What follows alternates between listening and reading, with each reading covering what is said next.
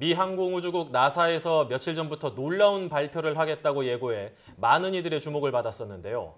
놀라운 발표의 정체는 바로 목성 위성 유로파에서 발견된 거대 물기둥이었습니다. 네, 이번 발표에 앞서서 많은 사람들이 목성에서 외계 생명체를 발견한 것 아니냐 이런 추측까지 내놨었는데요.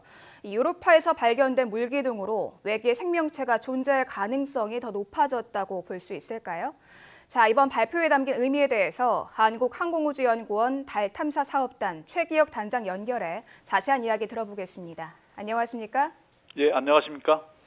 네, 단장님, 저희가 앞서 말씀드렸던 것처럼 나사에서 놀라운 활동에 대해 발표하겠다 이렇게 예고해서 좀 많은 사람들이 기대했었는데 이 목성 위성이죠. 유로파에 물 기둥이 발견됐다, 수증기 분출 흔적을 발견됐다 이런 내용이 나왔거든요. 이게 정확히 어떤 현상을 포착한 거라고 볼 수 있는 겁니까? 예, 목성에는 이제 그 많은 이제 위성이 이제 존재하는데요. 그 중에 이제 유로파는 두꺼운 이제 얼음으로 둘러싸여져 있고 그 안에 이제 많은 물이 있는 것으로 지금 예측이 되고 있습니다. 근데 목성이 강한 이제 중력을 갖고 있기 때문에 목성의 강한 중력에 의해서 이제 조속 운동을 하게 됩니다. 밀물 썰물 이제 현상이 있는데, 그래서 밀물일 때 그 얼음 틈으로 그 물과 수증기가 이제 분출되는 현상을 이번에 허블 텔레스코프로 이제 관측을 한 것이 되겠습니다. 목성의 위성 이 유로파가 얼음으로 굉장히 많이 둘러싸여 있다라고 말씀하신 것처럼 별명이 얼음 위성인 위성이라고요? 예, 맞습니다. 네, 지름이 한 3,000km, 그러니까 그 달하고 크기가 거의 같습니다. 예, 거리는 목성에서 한 60만 km 떨어져 있고요. 두꺼운 얼음으로 돼 있고 심지어 물은 지구보다도 많이 포함되어 있을 것으로, 많이 갖고 있을 것으로 지금 예상되고 있습니다. 네. 그런데 유로파에서 물기둥을 발견한 게 이번이 최초가 아니라고 하는데요. 예전에도 물기둥의 흔적이 발견된 적이 있었다면서요? 예.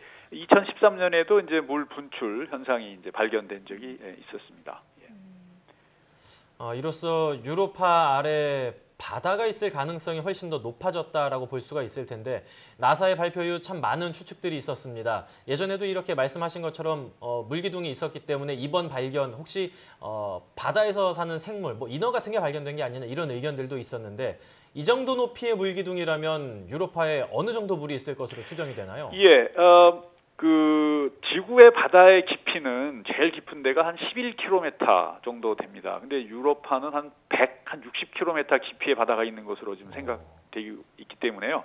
지구보다도 많은 물이 유로파에 있을 것으로 생각을 합니다. 나사에서 중대 발표를 하겠다라고 밝혔을 때 추신으로 에일리언은 아니다 이렇게 말을 했습니다. 물론 이제 바다가 존재한다는 거는 생명체가 존재할 확률이 그만큼 높아진다라고도 볼 수 있을 것 같은데 생명체 존재 확률 어느 정도 된다고 볼 수 있을까요? 예, 상당히 크다고 말씀드릴 수 있겠습니다. 그러니까 태양계 내에서 그 액체 상태의 물이 존재하는 곳이 몇 군데 안 됩니다. 가령 지구가 가장 많고요. 그다음에 화성에서 작년에도 이제 액체 상태의 물, 조금 물이 흘러나오는 현상, 그 모래 위로 발견돼서 큰 이제 발견이라고 했었고요.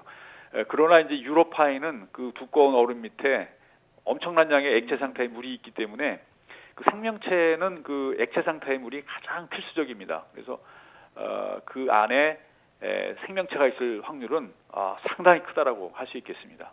네, 생명체가 살 가능성은 무척 높다 이렇게 말씀을 해주셨는데 이와 더불어서 우리 인류가 그곳에 살 수 있는 공간인지도 굉장히 좀 궁금해지는데요. 또 이 토성의 위성에서도 수증기가 분출된 적이 있다고 하는데 그때와 비교했을 때 좀 어떤 차이가 있는 겁니까? 예, 이제 결론부터 말씀드리면 이제 인류가 살기는 그렇게 적합치는 않을 것 같습니다. 왜냐하면 태양으로부터 한 6억 킬로미터 정도 멀리 떨어져 있어서 태양빛이 너무 약하고요. 또 목성에 강력한 그 자기장 안에 들어 있고 방사능대가 있습니다. 그래서 살기는 쉽지 않을 것 같은데 물론 이제 토성의 그 엔셀라두스라고 하는 이제 조그만 그것도 얼음 위성입니다. 그 얼음 위성보다는 훨씬 태양에 가깝기 때문에 거기보다는 물론 이제 살기 좋은 환경이 되겠습니다만은 둘 다 세균 정도의 생명체는 있을 수 있지만 인류가 거주하기는 아직은 좀 상당히 어렵지 않나 생각이 듭니다. 지구와 달리 좀 유로파 같은 경우에 태양과 거리가 상당히 멀리 있기 때문에 인류가 이전해서 살기에는 좀 어려운 환경이다 이렇게 말씀을 해주셨는데 앞으로 이제 유로파에 대한 연구가 훨씬 더 많이 진행이 돼야 될 것 같은데 유로파에 대한 탐사 계획 어떤 것들이 있는지 궁금합니다. 나사에서 유로파에 대한 계획을 좀 세우고 있는 걸로 알고 있거든요. 예. 지금 이제 유로파에 이제 엄청난 양의 물이 있는 것이 거의 확실시되기 때문에 나사도 굉장히 미국 나사도 굉장히 그 우선을 두어서 탐사를 계획하고 있습니다. 그래서 나사는 2020년경에 탐사선을 보낼 거고요. 또 유럽도 2022년경에 탐사선을 보내는 것을 좀 계획을 하고 있습니다. 네, 뭐 해외 선진국 외에 우리나라에서도 우주 탐사 계획을 좀 진행 중이시라고 이렇게 알고 있는데 구체적으로 좀 어떤 것들을 목표로 삼고 계십니까? 뭐 많이 이제 많은 분들이 알고 계신데요. 우리나라도 이제 금년부터 본격적으로 우주 탐사를 시작을 했습니다. 그래서 달 탐사가 시작이 돼서 2018년까지 이제 궤도선을 보내고 2020년까지는 이제 국산 로켓으로 달에 착륙선을 이제 보내게 됩니다. 그다음에 이제 2030년경에는 이제 화성에 궤도선과 착륙선을 보내게 되고요. 지금 이제 저희들이 논의하고 있는 이제 목성 심우주에는 2040년경에 저희가 탐사선을 보내는 것을 계획을 하고 있습니다. 이번 이제 물기둥 발견 이 결과 앞으로 목성 탐사가 어떻게 진행될 것으로 보십니까? 그 목성제 자체도 지금 이미 이제 그 주노라고 하는 나사의 탐사선이 이제 그 목성을 이제 관측을 하고 있는데요. 목성 궤도에 포획이 돼서 그러나 이제 앞으로는 그 생명체가 이제 살 수 있는 그런 행성과 위성에 탐사가 집중될 것 같습니다. 그래서 화성 탐사 이제 화성에서 그 생명체를 찾는 탐사가 이제 진행이 되고 2030년경에는 이제 유인 화성 탐사가 계획되고 있습니다. 그 외에 이제 그 목성에 그 유로파에 그 또 생명체가 있을 가능성이 크기 때문에 여기에서 생명체를 찾는 그러한 탐사가 앞으로 활기를 띨 것으로 생각합니다.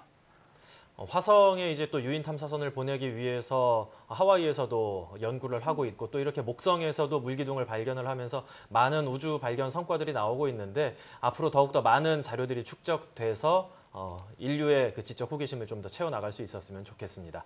지금까지 한국항공우주연구원 달탐사 사업단의 최기혁 단장이었습니다. 단장님 오늘 말씀 감사합니다. 감사합니다.